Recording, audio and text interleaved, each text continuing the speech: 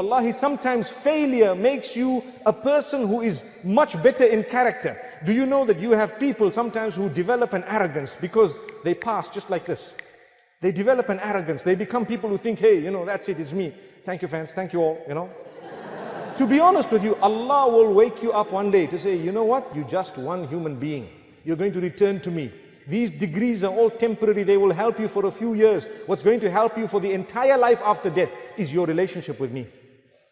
We're not saying don't become whatever you want to become. Become, but understand that will only help you when you serve Allah through your field, over and above serving Allah through what He has made obligatory upon you. So how I start as a Muslim, if I want to follow Muhammad sallallahu alaihi wasallam, I will start off with my obligations. I'll be a good Muslim.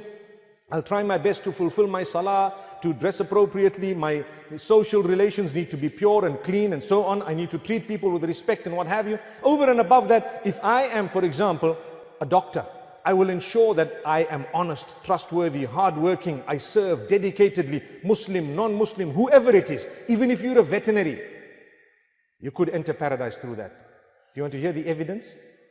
People say, what? You mean I just look after dogs and I can enter heaven? The answer is perhaps, yes, it could be. If your intentions are right and you're doing it with the right reasons, compassion, being compassionate towards these animals, it's something great and grand. Listen, I'm not encouraging it. I'm actually just saying it's permissible. That's all. I don't want people to give up medicine and say, right, we're becoming vets now.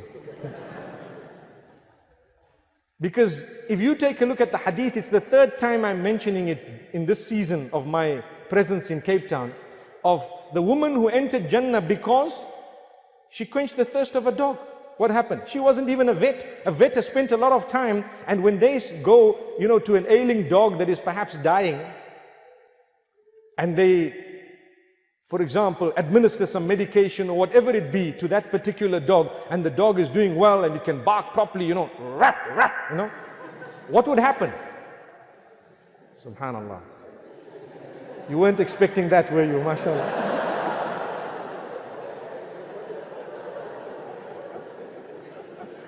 I was just telling the uncle here that, when we got a talk for youth and the university students, I enjoy it because I can just be myself.